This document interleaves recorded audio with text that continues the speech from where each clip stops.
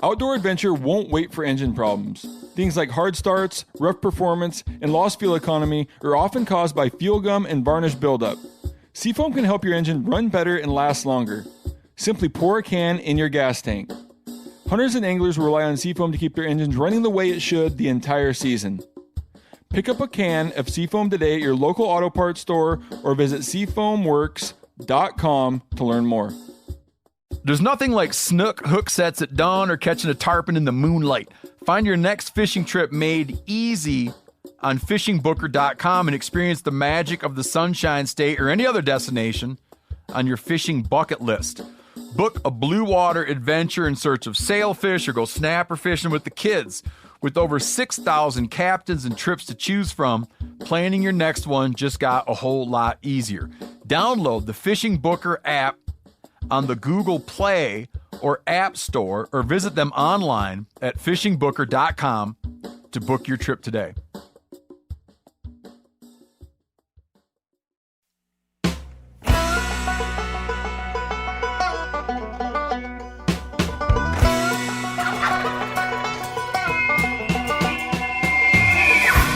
You've probably heard that 90% of the elk are killed by the same 10% of hunters year in and year out. Today's guest is one of those elk hunters that converts the majority of his issued tags into notch tags. What's even better, he's as humble as they get. Nate Simmons is one of those guys I look up to and have a ton of respect for. He resides in Cody, Wyoming, and is one of the most extreme backcountry bow hunters out there, and he prides himself on being a self-sufficient DIY hunter. He is the producer and co-host of the Western Hunter TV show and has written numerous hunting articles. His success as an elk hunter is second to none, and today I wanted to sit down and pick Nate's brain on some of his tactics that leads to his consistent success. Welcome to the show, Nate. Well, thank you. Honored to be here. I'm excited to talk some elk hunting with you, Jason. How's everything going over there at the Western Hunter? Good. It's been extremely busy lately. This is always like about our busiest time of the year. We just got our first episode of the new season off on Monday, and that first one's always way tougher than any of the ones that follow it. So the rest of them, yeah, for sure. Do you have any big hunts lined up for this fall? Nothing out of the ordinary. It doesn't look like it. I mean, I'm still waiting on couple states draw results, but I don't really anticipate a whole lot of luck there. But I am still pretty excited. I've got my normal elk hunting lineup.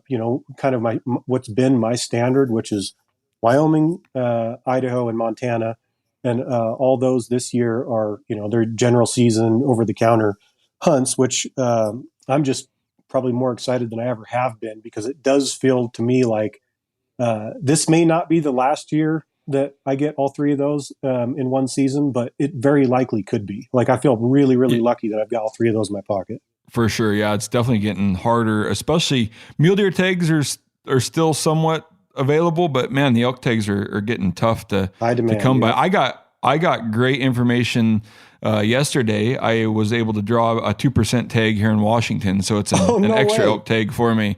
Yeah. So it was a little pleasant surprise. We have some decent hunting here as long as you can get one of the very few tags they have. So added to my fall. Awesome. Yep. So is it a Rocky or Roosevelt? Rocky. We down in the Blues, down in Southeast Washington. So yeah, awesome. Really, really lucky. Sweet. That's awesome, man. Have you ever hunted there before? I did. My wife had the tag in 15 and saw some great bulls. So I'm excited to get back and run loose through the area. Definitely rugged terrain and sometimes tough hunting there at the end of October. But the nice thing is going in that there's a big bull somewhere in that unit. It's just up to me to go find it. So yeah, cool. It alleviates the first part of going to find a big bull or even being in a unit with one. They're there. It's just finding them and trying to find one that the wolves haven't turned into toothpicks. Yeah, exactly. Yeah. Yep. So, we're going to start this podcast off like all of them. We're going to take some questions that, kind of are pertain to your experience and your expertise. And if you have any questions out there in the audience that you want to ask our guests, please email us at ctd at phelpsgamecalls.com. We'll take your questions, pass them on to the experts and see what their answers are. So the first question that the listeners had for you, Nate, was, with some great elk hunting existing in grizzly dense areas and knowing a little bit of your past, what are the do's and do nots while hunting in grizzly country, and how have you kind of adapted and coped with, not necessarily being the apex predator, but still wanting to get into some of that country and hunt it? And then if you can elaborate a little bit on gun versus bear spray, and then, some of your camping in grizzly country, tactics or advice. Okay. Yeah. I would say, really it's like I've been hunting in grizzly country. Like my first hunt in grizzly country was probably like 10 years ago. And there's been maybe a year or two that I haven't hunted in grizzly country over that time, but, definitely the majority of those. And even like last year, I did 2 hunts in grizzly country, one in Wyoming and Montana. But so I have experience, but it's definitely still like an evolving, like system that I'm coming up with. I'm still making tweaks and stuff to my, just to my system. But I would say probably like the number one thing that I think is really important, where it's not, it's always important. It's not as important outside of grizzly country. And that is to try to always hunt with another person if possible. Like I rarely ever go on an elk hunt alone anymore, like, especially in grizzly country. I've self-filmed a couple of elk hunts over the years, but never in grizzly country. And that's something I highly doubt that I would ever even attempt. There's just it's just much more likely in my opinion, that you're going to have trouble if you're completely alone. And pretty much any time I feel like it's a detriment to be alone, but particularly when you get one down, last year, for example, the bull I killed was down in just a little creek bottom where it was kind of a deep little cut there. And when I was down working on the elk, like I couldn't see anything. And we knew there was at least 2 bears in the area. So it was really nice to have Randy, who was with me, stay up, like out of the wash a little bit to where he could kind of, keep his eyes and ears going, where I was right next to the creek, couldn't hear. So I feel like, that would be the number one thing just from a safety standpoint, is to always, at least be in pairs. And then also to have GPS communication device. I feel like that's really kind of, a good idea no matter where you are. But I think in grizzly country, even if you think you're going to have cell service, I think it's just really foolish to go out there without a backup way of communicating. Which kind of like would tie in with another piece of advice I would have, is that, if you don't have your own pack animals, I think having an outfitter lined up to retrieve your elk with, horses or mules is a really good idea if you're in grizzly country, even if you're not planning on being that far back. If you end up being back a little ways, just having somebody lined up to help you. That's some of like my most pleasant experiences hunting in grizzly country is on hunts where I've been able to contact an outfitter and either do a drop camp, just have them pack me in and drop me off, which there's a huge benefit in that too. Normally I just backpack when I'm elk hunting because I just feel like I'm the most mobile that way. There's just less things to worry about. But doing the drop camp, having an outfitter drop me allows me to take a nicer camp, which is a little safer in grizzly country. Generally I would take an electric fence. A bigger tent that, we could both be inside of. I feel like there's just a lot of things that, safety measures that we can take, more rope, all that sort of stuff. So I do like that as well. But the biggest thing is when you get an elk down, the second I recover my elk, I'm on the phone, and give them a call and say, hey, come get me, and that's just so nice. There's enough things for me to be stressed out about hunting in grizzly country, like not having to go worry about getting my animals or take care of them, just knowing. And it's also just peace of mind when you're processing that elk, knowing that there's help on the way. Yeah, those are great tips, Nate. And I have to ask, gun or spray? I wouldn't go out without both. But like I said, since there's always somebody with me, usually what the system that I have is that I have bear spray on me, and I'm usually in front, when I'm hunting, and then, Randy's he's with me an awful lot in grizzly country. And then he usually packs a 10 millimeter Glock, with some, pretty, serious bear loads. And, like personally, like if the conditions are right, like I would much rather use spray for a lot of reasons. I just feel like there's more forgiveness there. Like with a pistol, like who knows if you're going to be able to be accurate enough. And the last thing certainly I'd pull the trigger, if I really felt like my life was in danger, but just hearing the stories of people that have had to kill them, of what they've had to deal with, it's like, I want no part of that. So that's the system we go with. The downside to me, like when Randy and I go backpacking and we're both in one-man tents, like I only have spray in my tent, and that's not going to do me a whole lot of good inside of my tent if a bear came in at night. But when I'm out in the field, I do feel like just having a combination of the two is a pretty good system. Gotcha.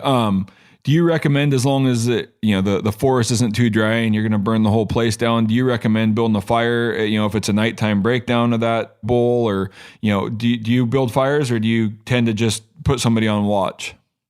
Yeah, like I said, it's like you said, it's really condition, just dictates that. Like, I recovered a bull with Randy several years ago, and there was snow on the ground. And I'd called the packer as soon as I recovered the elk, but I knew he was not going to get there that day. He was going to get there, late the next morning. We're just too far for him to come, that same day. So we knew, there was no rush. We just took our time and processed the elk. But yeah, we started a bonfire on that deal, because there was no fire restrictions, and we were not worried about the fire getting away from us. But yeah, that definitely was a little peace of mind there.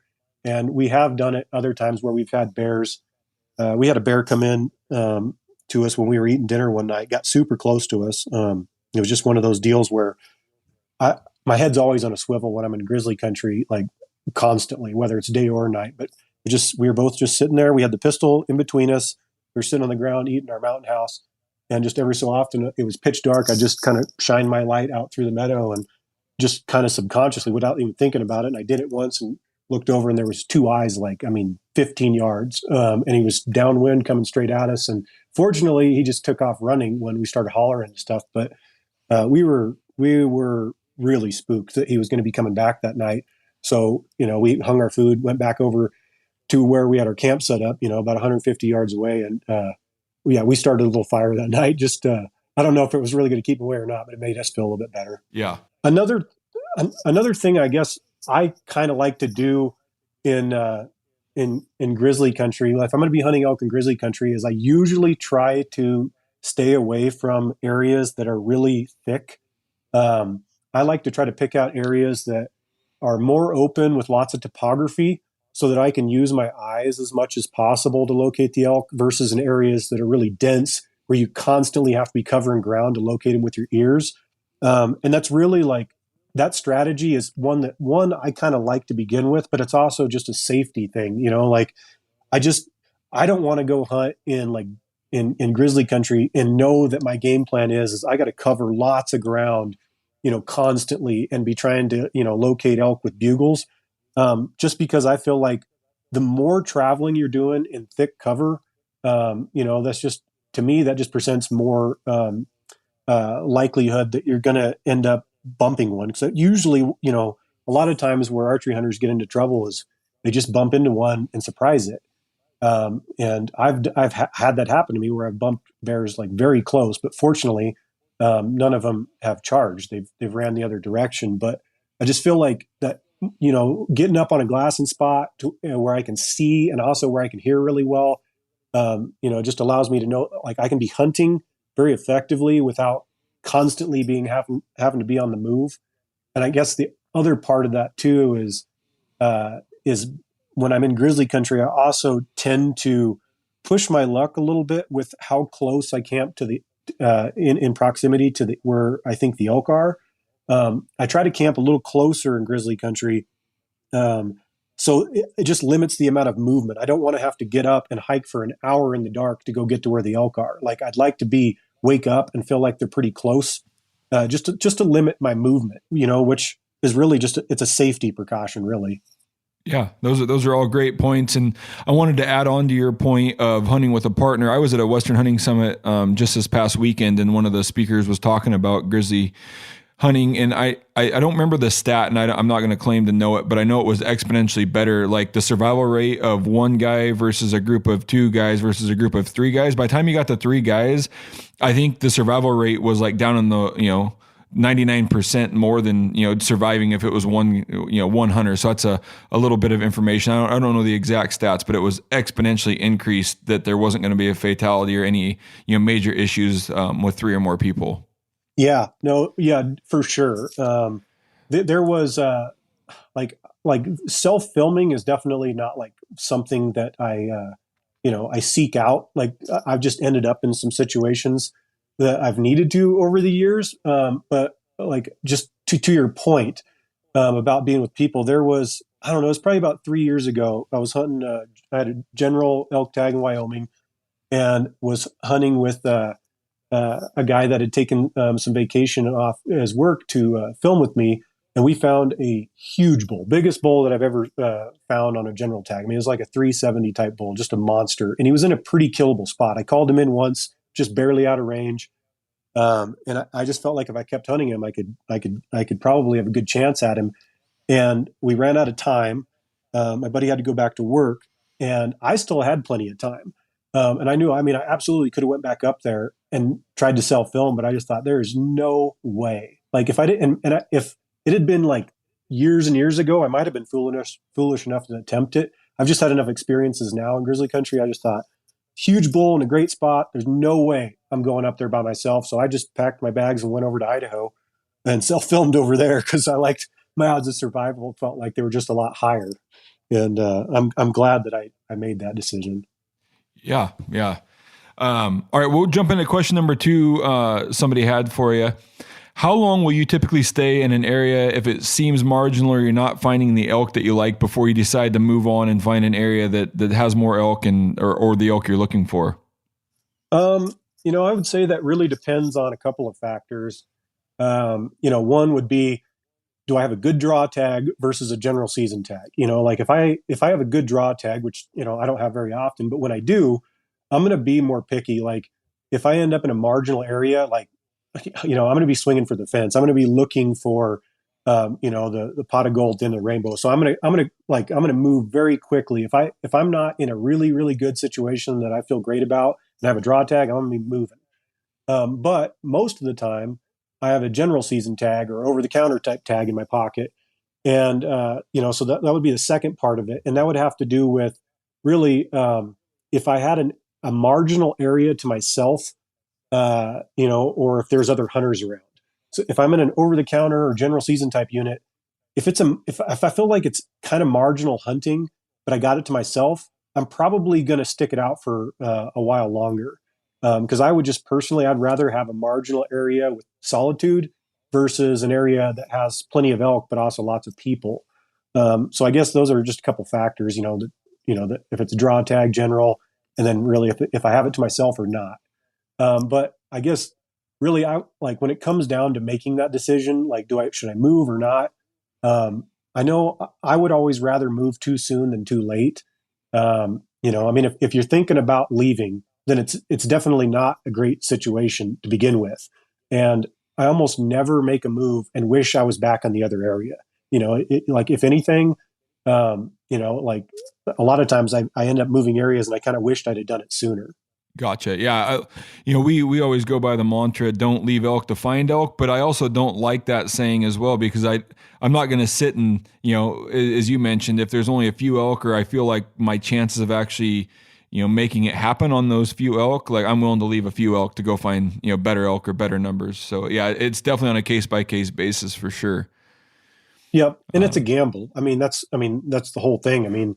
That's like last year on my Idaho hunt, I was in a spot that had a decent amount of elk, but it also had an insane amount of people. And I stressed out over, should I leave? Because like I knew I could find elk there every day. And I knew that if I left, there's a good chance I could find just as many people somewhere else or, not as many elk. But in that instance, it ended up being a good decision. I moved areas, found about the same, maybe even less elk, but I had the place to myself. And, I'd wished I'd made that move sooner. For sure. Yeah, so if you have any questions for our guests on cutting the distance, make sure to email us, ctd@phelpsgamecalls.com, or hit us up on social. Any way you can get a hold of us, and we'll make sure to include those in here.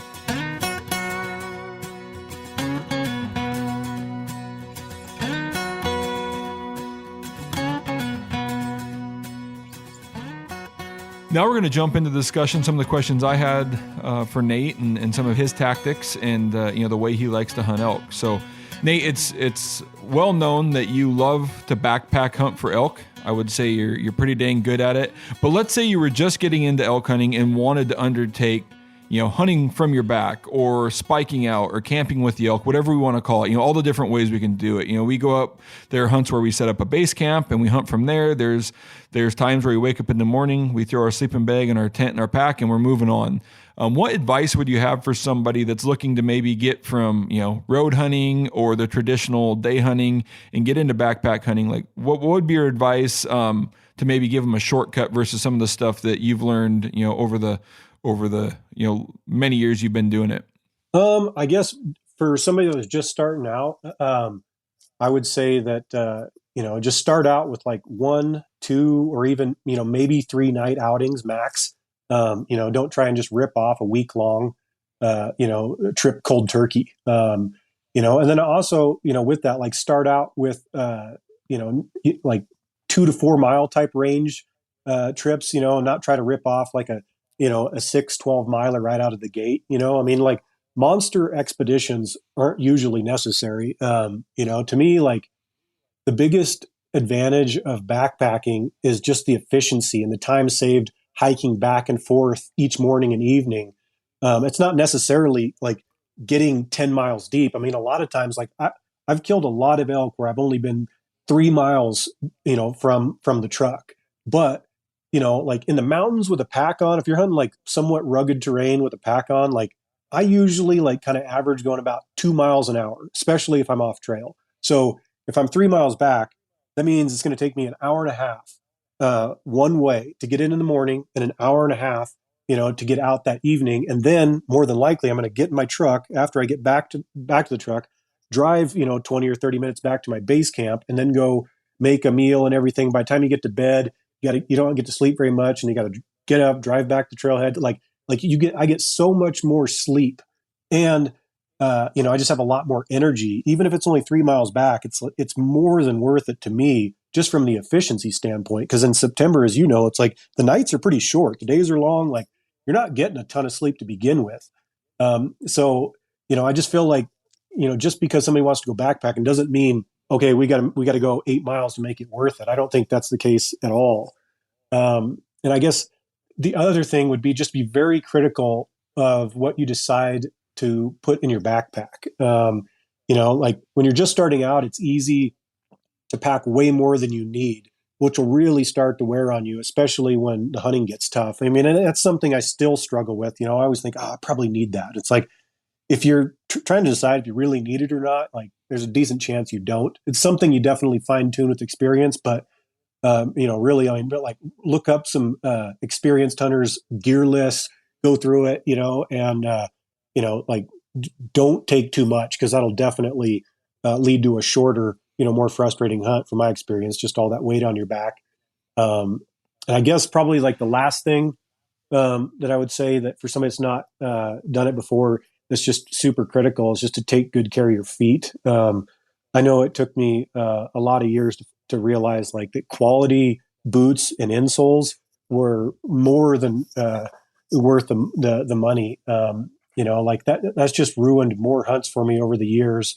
Or even if it hasn't ruined them, it's just really led to me making decisions that probably ultimately weren't the best decisions, to lead to success. I was making decisions off of how I felt, and when I had blistered feet, or like I feel like now I've got my boot, sock, and insole system so dialed in that even after a really brutal day of hiking with the heavy pack, I get back to camp, and the last thing I'm thinking about is my feet. Like I used to, before I started realizing how important it was to invest in quality socks and insoles and boots. That like even like when I would sit down, like I'd stop hiking and I just like stop to listen for bugles. I just wanted to sit down and untie my boots. And now that I've got everything dialed in, I hardly even think about them. And I do think that is a really, really big deal. Yeah, those are all great points. And to reiterate what Nate said on, miles and then nights, use those as building blocks. It's a lot easier to do 4 nights after you've camped for 3 nights, and then if you want to, extend it to 7 once you've already did a 4 or 5, and just build on it. Don't go, 20 miles deep in the wilderness for 10 nights. It's not going to be enjoyable right out of the gate. And, the thing that sometimes people overlook is what happens if you do kill an elk back there. The work just begins. And so, yeah, use the distance and the nights as building blocks, and then, build on that. So absolutely. We all know backpack hunting, steep off-grid type country, pretty physically demanding.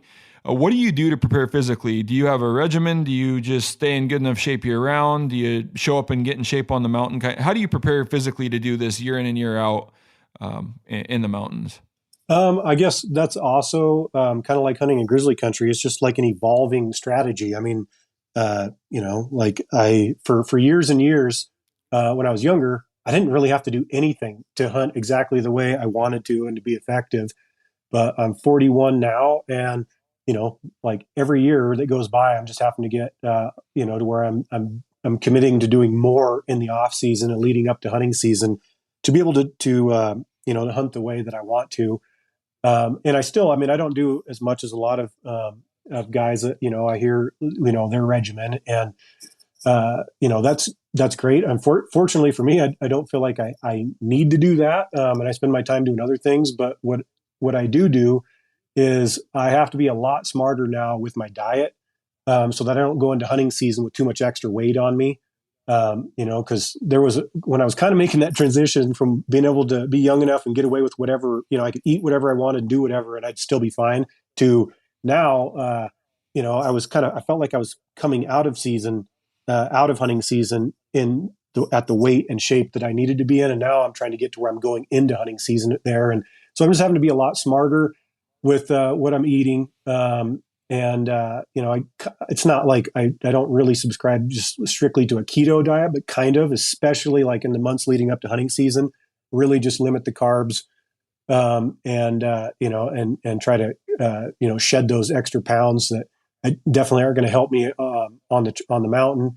And then as far as like actually training goes, I keep it pretty simple. I'm fortunate that I live at I live over 5,000 feet in elevation. So that's an asset in, that I don't live down at lower elevation, because I know that's a tough transition going from lower elevation to higher elevation. But I trail run, 3 to 5 times a week. And I kind of usually just, start out less, and I ramp that number up as I get closer to hunting season. But I kind of start that in the spring, and then just ramp it up more, as I get closer to hunting season. And I'm running like 3, 4, 5 miles, and that's also just kind of something that I start out at less mileage and work my way up as it gets closer to hunting season.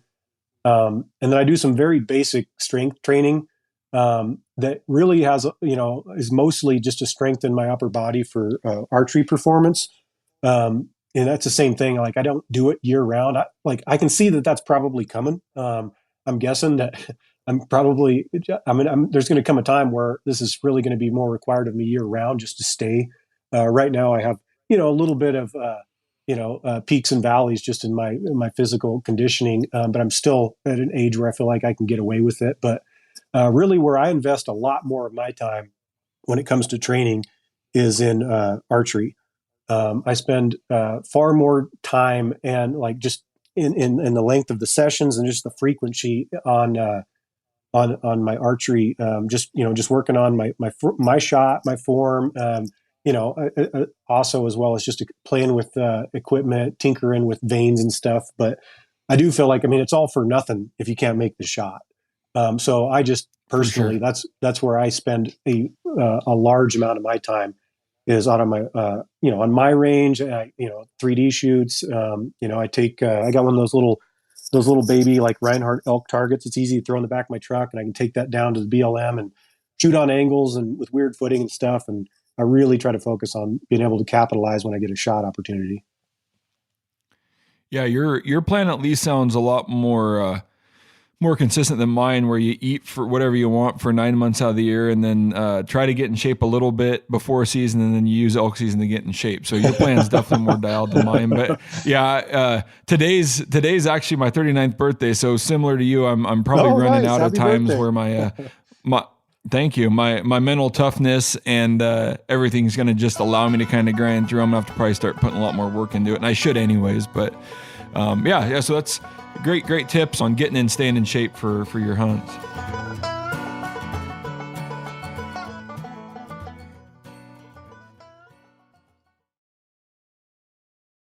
We've all seen plenty of gadgets and fads come and go, but here's one product that stood the test of time: Seafoam Motor Treatment.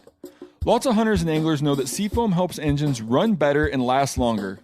It's really simple. When you pour it in your gas tank, Seafoam cleans harmful fuel deposits that cause engine problems.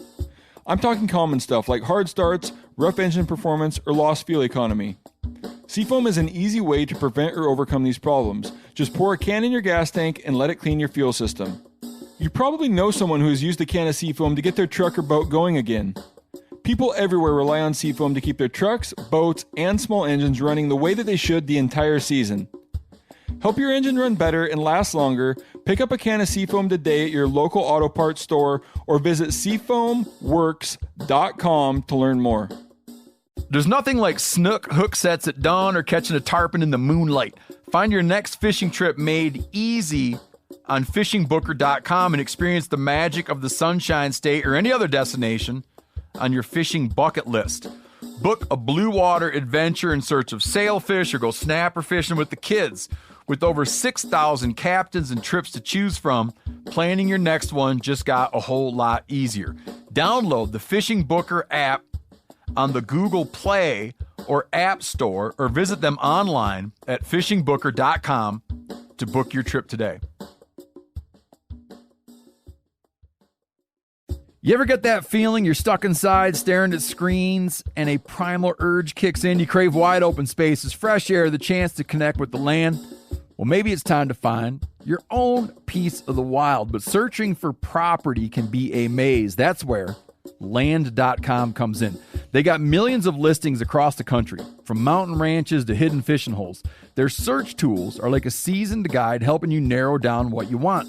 Land.com isn't just about buying and selling. It's about finding a place to hunt, fish, explore, or simply sit by a campfire and listen to the crickets. So head over to land.com today to turn one day into today, because trust me, there's nothing quite like the feeling of standing on your own piece of earth.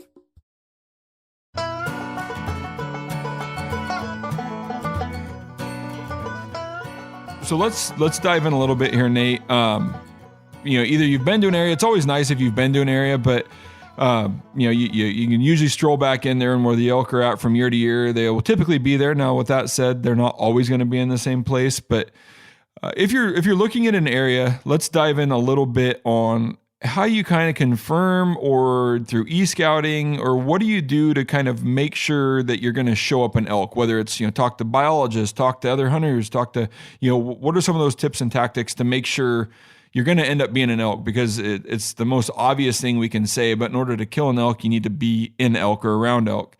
So walk us through, kind of your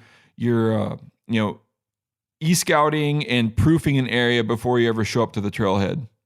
Okay, yeah. I mean, I still I make this mistake. Like every once in a while. I did it last year, and it cost me.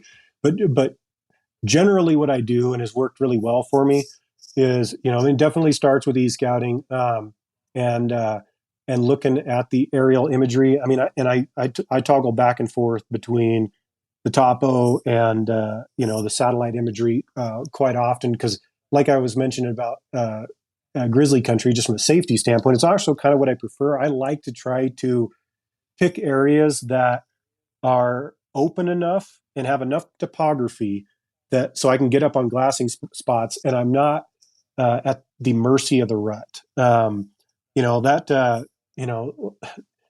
Like that just kind of drives me crazy. Like if it would be different if if I was only going to just do, if I could only go on one elk hunt and I had a week to hunt, I wouldn't worry about it as much because I would, even if I was hunting more in like flatter, like thick timber type terrain, I would just really try to plan my hunt around a good moon phase and peak of the rut. So I could really try to stack the odds in my favor of the bulls being vocal, which would kind of, negate, that terrain.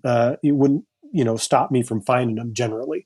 But because I usually am trying to, go on more than one hunt, I can't just plan every hunt at the perfect time. So picking more open terrain that has more topography to it, which is just allows me to feel like I still have a chance, even if the bulls are not bugling for whatever reason, or if the rut's not really kicked in. I still feel like I have a shot. And I also, so once that's kind of how I try to pick an area. And then when I get there, I show up with a bunch of pre-marked vantage points. And I usually just try to stick to, until I find the elk, I definitely try to stick to running the ridge line, staying as high as possible. And being able to look off one side of a ridge and another, but not only use my eyes, but, that also just allows me to hear both sides very efficiently. And then from there, I'm all right with dropping into a bottom of a canyon. But when I'm just trying to find elk, like I definitely like to stick to the tops. And also camping, just from an efficiency standpoint. I like to try to camp up high as well, just because I feel like that gives me an advantage over a lot of other people. Because usually, there are exceptions, of course, but usually finding water, drinking water, is a big problem. As you know, like when you're camped up on top, there's usually not water up on top.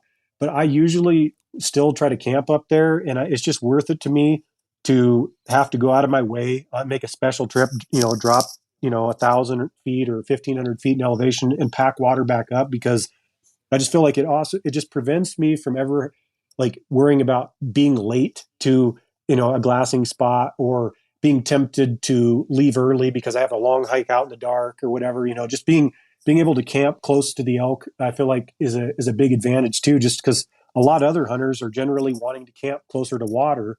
So what I found is a lot of times if I'm camped up on top, I can already be making a play on the elk before the other hunters even show up that day. And that's, hopefully I'm in an area where I don't have to deal with hunting pressure, but that's getting to be way harder to find than it used to be. So I just kind of factor that in. I mean, if I don't have to deal with other hunters, great, but I just kind of figure that at least at some point, if not every day, that's going to be a factor. For sure. All right. Yeah. Thanks for those tips. And now we're going to jump into elk calling and your strategy. And anybody that's watched you, over the years, sometimes you're a little more spot and stock. You aren't afraid to use calls at times. But let's go in to kind of your strategy. And the older I get, and people might laugh at me for being running a game call company, and sometimes spot and stock might be the best, method, because those bulls don't have any idea that you're on the landscape. They, if you're keeping the wind right, doing everything else right, you got that element of surprise, where some people feel that when you call, you're giving up your, the surprise attack, or, giving up your location. So what's your opinion on calling? How do you kind of use calling to supplement your elk hunt? And give us a little bit on that. Well, it's something I'm definitely, working on improving, because I feel like really like kind of everybody has like methods that they prefer, and generally that's probably just going to fall in line with what they're most skilled at. And I don't know, I wouldn't say that I'm like super skilled when it comes to spot and stock, but I'm definitely more skilled at spot and stock than I am as a caller, and it's just a confidence thing. It's been like over the years, I've definitely used calling, to locate elk, but I've lacked confidence. Like the last thing I wanted to do when I actually got close to elk was blow on a call, just because of fear of just messing everything up.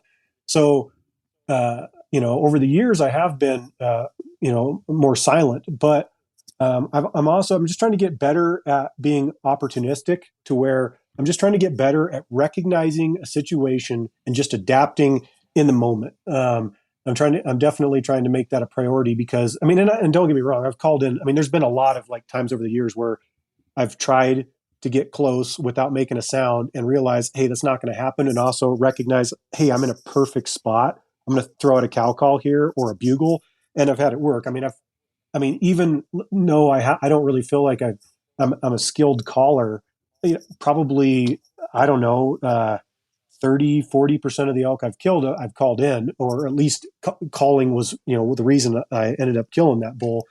But I'd like to see that number improve just because I know that it just has to do with my confidence level, my skill level. So it's something that I've really put a big emphasis on over the last couple of years, just improving the quality of sounds I can make and the consistency, because it's also just like anything else. I mean, it's one thing to do it at home, and then to do it when like the elk that are 150 yards away are going to hear you, Yep. just so it's definitely something I've been working on. And just trying to recognize that. I mean, like just if there's a bunch of other people blowing on calls in the area, I'm probably going to be less likely. But if I get into a canyon where the elk are being real vocal and aggressive, and I'm not seeing a bunch of boot tracks, like I should probably switch gears from going, hey, don't be quiet. Like I should probably go calling first, because when that works, I mean, it can, as you know, as well as anyone, like it can be over really fast when the conditions are right. Yep, for sure. And you kind of touched on a little bit like reading the situation. And I feel, over the last 10 years, that's what's maybe helped me become more successful was being able to read the situation. Like we've been in this situation enough. We've got the experience that, hey, this, I've seen bulls act this way. They've had this many cows, this many satellite bulls. I couldn't approach with the spot and stock. The only answer is the call. Like being able to look at a situation and know and say, all right, bull A, I've got a 13% chance of calling, I'm being real exact here, but hey, that bull over there, bull B, we wouldn't want to call to, we would want to approach with spot and stock because of where he's set up. And we've got really good approach and, the terrain lays out in a way where he'd never see me coming, and then look at bull C. I think being able to evaluate, use your experience, use the bull's location, how vocal he is, all of those things and make an educated decision on, whether there's 3 bulls or whether there's, a single bull that you're going to go after, like knowing what gives you the best shot. And then what I've really been working on lately is whether to be patient. Like that's never been an option. It was always, hustle over there and call to it, hustle over there and spot and stock it. But now it's, hey, maybe waiting a night and attacking that situation or that setup in the morning is going to be best. And I feel that's starting to lead to more consistent success with me versus just, being young and dumb and charging in every time, putting some information together, having enough experience to make a good decision, and then, executing it. Yep. No, I totally agree. I guess that's another reason I like hunting in open terrain, because I do feel like, just like what you're saying, it gives me a ton of confidence if I can actually see that bull and his behavior and just the way that, his mannerisms, how he's interacting with other elk. Like if I can see that, it's one thing to hear their bugle and it's like, well, he might sound pissed, but that doesn't mean like he's an ultra aggressive, elk that's just intolerant of any other bulls around him. But if you can watch him, you can usually get a pretty good idea, and it can change. I mean, you might watch the bull one evening and go, man, he's just kind of tending his cows, doesn't seem ultra aggressive, like doesn't seem like a great situation for calling maybe. And then the next morning, there might be a couple other bulls over there just got him super annoyed. And you can look at it and go, geez, if we can get down there and just squeak off a bugle, like the way he's acting, he's probably going to come over and check it out. Yep. Well, yeah, that's great advice on calling and, using it when it works, and then, not being afraid to go, spot and stock to finish off the hunt. So one thing I've noticed, Nate, and, no fault of your own, but, it's hunting. A lot of your hunts have over the years have come down to, final days or even hours. Are there any tips you can give the listeners to like stay focused, stay committed to the goal? I've been able to gain confidence just because I've had enough experience where I wasn't willing to go home empty-handed, but shoot, no matter how good I executed everything, no matter what happened, the win's still the wind, the elk are still the elk. And, we do end up killing something on day 8 of a 10-day hunt or day 9 of a 10-day hunt, or shoot. Last year, Ryan Lampers and myself, we killed on the last 10 minutes that we had in New Mexico. how do you stay positive? How do you stay committed? Are there any tips? A lot of it comes with mental toughness, but I want to see if you have any tips out there for keeping people, sticking to the goal. And it's something that might not be able to be taught, but if you have any advice, I'm sure everybody would love to hear it. Well, I guess one thing for me that just kind of helps me, I don't know if it'd stay positive. I'm a little bit more, I'm more of a pessimist than an optimist, but I guess one thing that just kind of keeps me, more locked in is just I almost feel like that feeling that you get when you're like, it's completely hopeless. Like we have no chance. Like this is not happening. Like I almost feel like that is prerequisite, like to killing an elk. I just kind of joke around sometimes with Randy. It's like when we both get to that point where we're like, we just feel like idiots. Like we're completely wasting our time. Like we've totally forgot how to hunt elk. I just feel like, okay, well, we got that out of the way. Now we can go kill one like that. I just feel like that's, like it's not, as awful as it feels. I just feel like that's how it always feels. And it just kind of reassures me that it's like, this is not, even though in the moment on that hunt, it feels extra special. Like it's like, nope, this is worse than normal. And it really isn't. Like that's just how they all feel. And I guess that probably has to do with the fact that like 90% of the elk hunts that I've went on have been over the counter, like general season type hunts. And they're almost always tough with low odds of success. Most people go home empty handed. Like they're tough hunts to begin with, even though like I've had some bright spots. Like I've had some days that were incredible over the years. The majority of the days are very difficult. And even on hunts where you end up taking a bull, it wasn't because the hunting was incredible. It usually feels impossible. And I guess just because that's what I'm used to doing, I don't let it get me down. And it kind of helps me stay focused knowing, hey, I might only have a day left or an evening left or whatever. It happens when it happens. And you can go from, it literally I have a lot of the elk I've killed an hour beforehand. There's no way you could have convinced me that I was going to be standing over a nice bull. Like it just, when it happens, it happens. Yeah.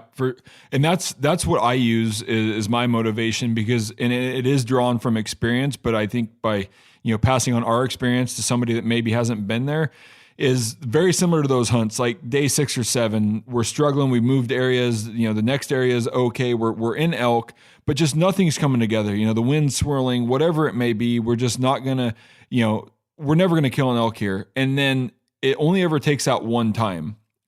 It's that one bull where the wind stays right. He's committed and it's over just like that. And there have been a few hunts where nothing ever went right besides that one 30-minute window, where that bull comes in, we're able to execute everything and kill it.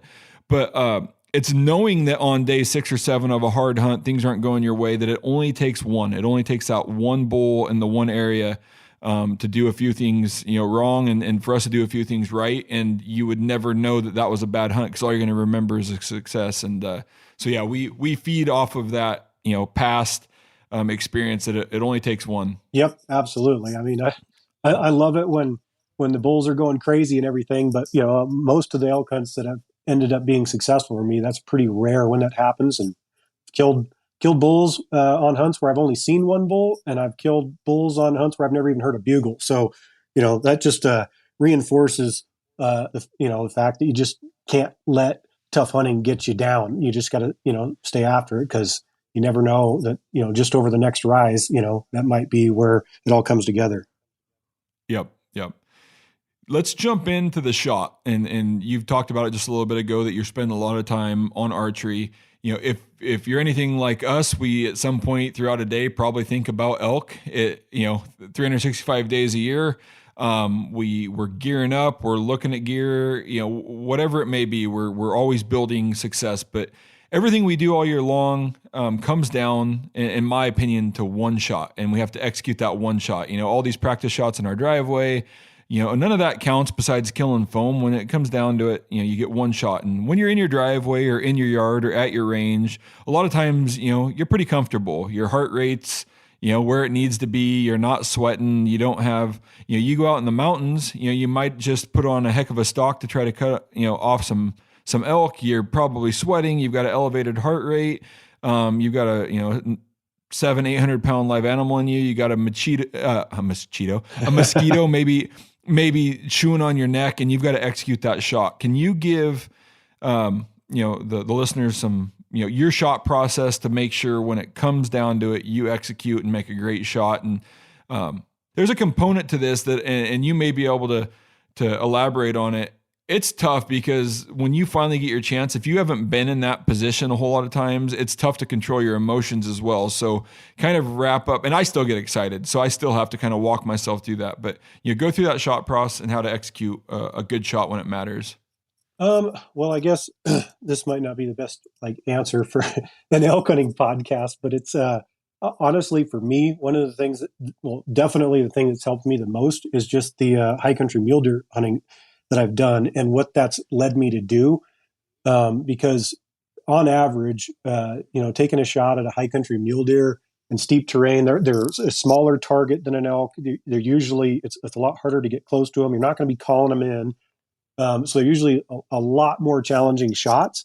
And because I usually try to get in a high country mule deer hunt every year, a lot of my bow build and my training has to do with setting myself up to be successful for that. And a nice byproduct of that has been if I can get my setup and my dialed in to make longer shots at mule deer in steep terrain, and I can get my equipment dialed into where I feel comfortable with those shots. Like shots on elk feel really easy.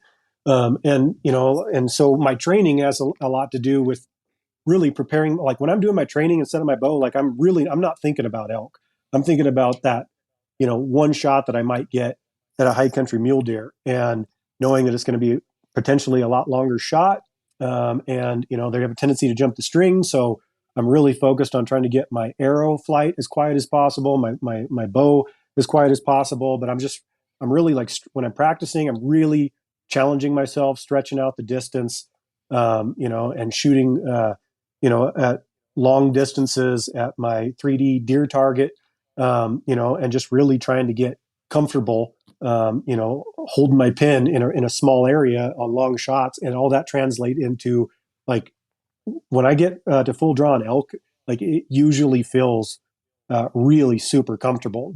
But if all I did was elk and that's all I was gearing up for, I might approach it a little bit differently, and those shots might feel a little more challenging. But I know being geared up for those deer, definitely it's a huge byproduct is just I feel so much more confident on elk. But one thing I do for elk very specifically, and I'm sure it helps me on deer too, but one thing for sure, as you know, on elk, you never hardly ever get to shoot in rhythm. When you're out practicing on the range, you draw back, you hold about the same amount of time, everything's in rhythm, and you kind of have a shot sequence you go through.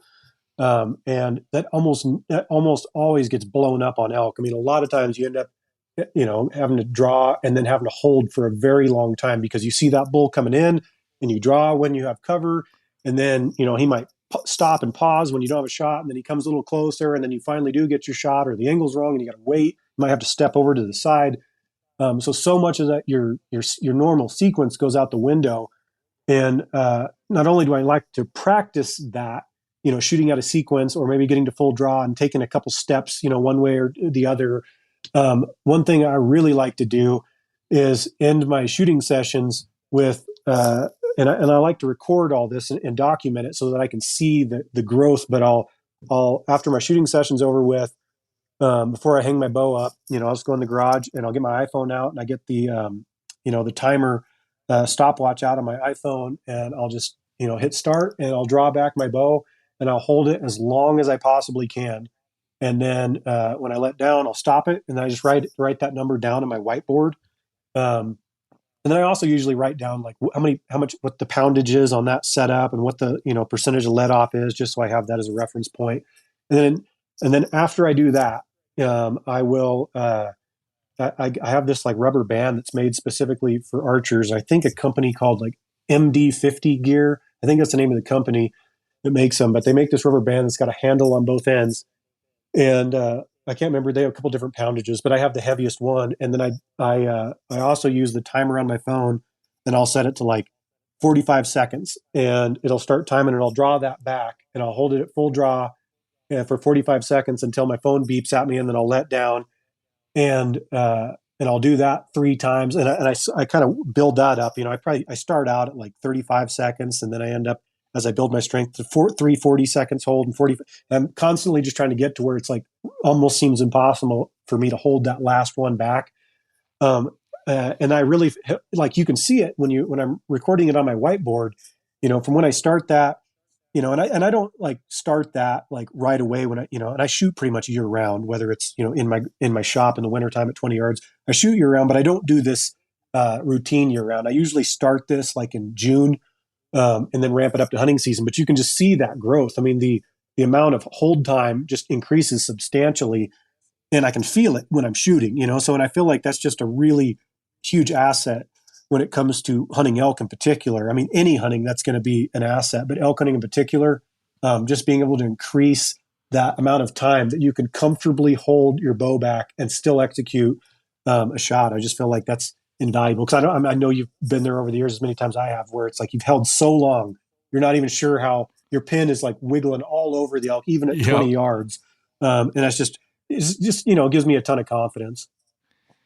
Yeah, I'm completely on board with you there. There was a day back when I thought I needed to shoot an 80-pound bow, and then I realized that the longer I can hold with a 70-pound bow was way more important than, getting an extra inch of penetration. And one thing I found, especially when calling elk, probably 7-8 years ago, I was getting, and before that, I was getting caught drawing a lot on call-ins. As bulls came in, I would wait too long. And so then as of late, I've started drawing a lot earlier, which has given me a lot better chances. But just like you had mentioned, I'm now holding my bow for, upwards of a minute and a half. One particular scenario, 2016 in Idaho, we called a bull in really sparse timber, and I had seen him come over the rise, Drew, and I think I held to like 216. And finally had to let down. The bull was at 25 yards. I'm like, I can't even make a shot on this thing. Like, I have no more control over holding this where it needs to be. Thankfully, he went out to 35, and I had just, that little 5-second rest had given me enough to get drawn and killed the bull. But yeah, holding your bow. I haven't subscribed to the tips and tactics of like, once your cam's rolled over, like holding it against your leg or any of that. I usually typically just stay focused and on the animal.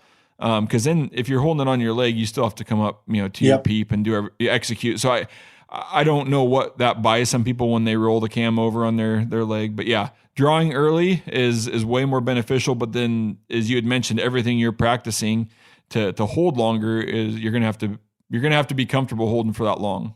Yeah, it would freak me out to try to hold my cam back anyway. I would be so afraid that I would derail the string off of the cam, just because how there's really not a lot of torque at full draw, just because of the let off. Yep. Like, it would be super easy for something to go wrong and that string to come right out of the track. But I mean, I'm sure some people must have perfected it, but I would be scared to do that. So yeah, just trying to increase my holding strength is the route that I go. But another thing I guess I like to do with that rubber band, and this doesn't have to do with holding strength, but it does have to do with just feeling good, is I was, for a long time, I was, and I shoot a ton. And I was ending up with a lot of neck pain and back pain and stuff. So I kept going to the chiropractor, and he's like, man, he finally figured, he's like, you're like lopsided. You're using all these muscles on one party, one side of your body and not the other. He's like, you need to draw your bow back backwards. And I'm like, well,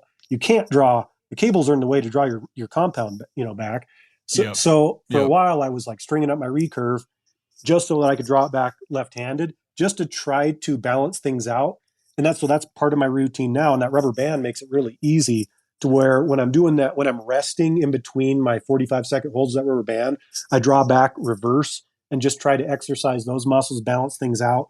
And that in combination with daily stretching has really helped where, it's like I don't have to go to the chiropractor, hardly at all anymore. And I do attribute it to that, at least in part. Yeah, that's great information for everybody, and getting to see good archers like yourself, getting to shoot around Brian Barney and some of these guys that are just amazing. That you guys make me want to be a better archer, because I've always just been like 6 inch, elk's got a 12x12 kill zone. I get it within 6 inches. We're well within the margin of error, but watching some of you guys pound tight groups at long distances, preparing for what you had said, the tougher target in a mule deer, has made me want to get better at archery. So no, great points there on executing the shot and how you prepare, for when the shot comes around.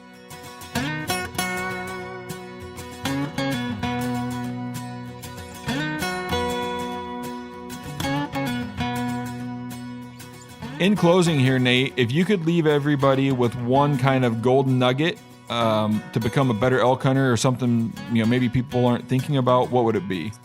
I guess it would really just to be adaptive. It's something that I'm really trying to get better at myself, and I do think that it's really helped me.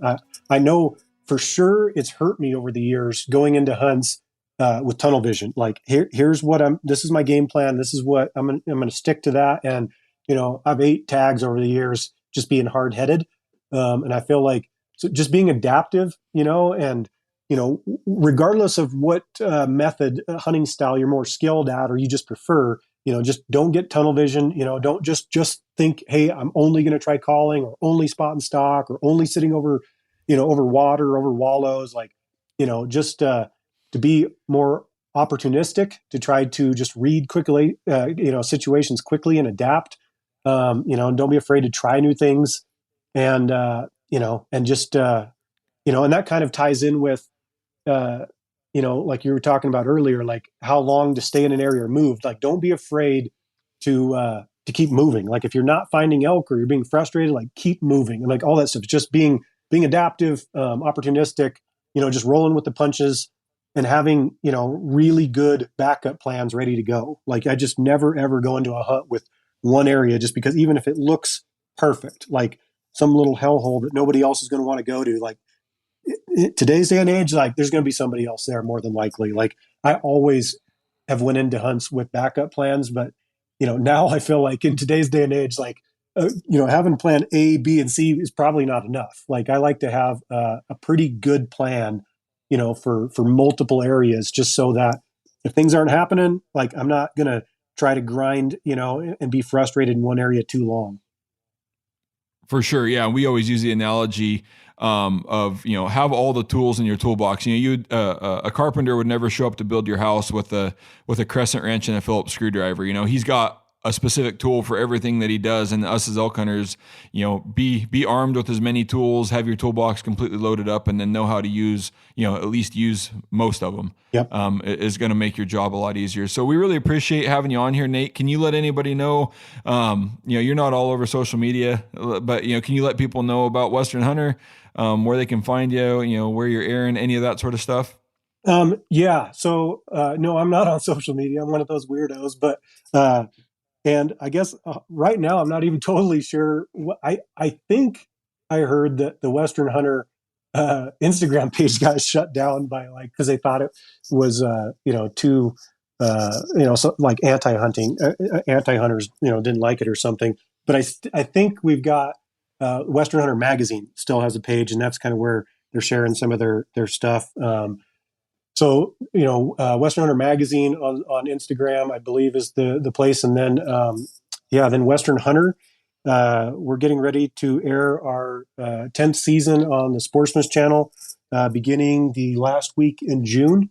So the season 10, the new episodes will be airing there beginning then. And then all of our past seasons are available on the Western Hunter website for people that get a super subscription to the magazine. They get access to all of our past seasons. There's well over 100 episodes there, all the previous 9 seasons. And then those seasons are also on the Sportsman's Channel digital platform as well, on the MOTV app. I think it's My Outdoor TV.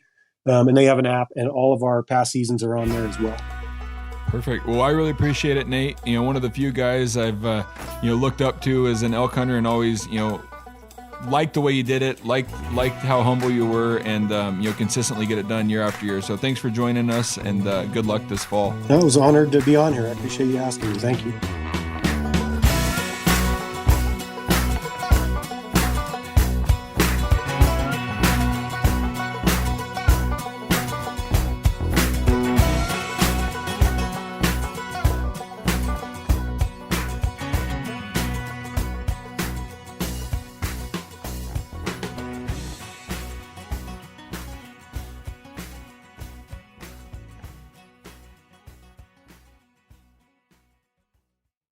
Outdoor adventure won't wait for engine problems.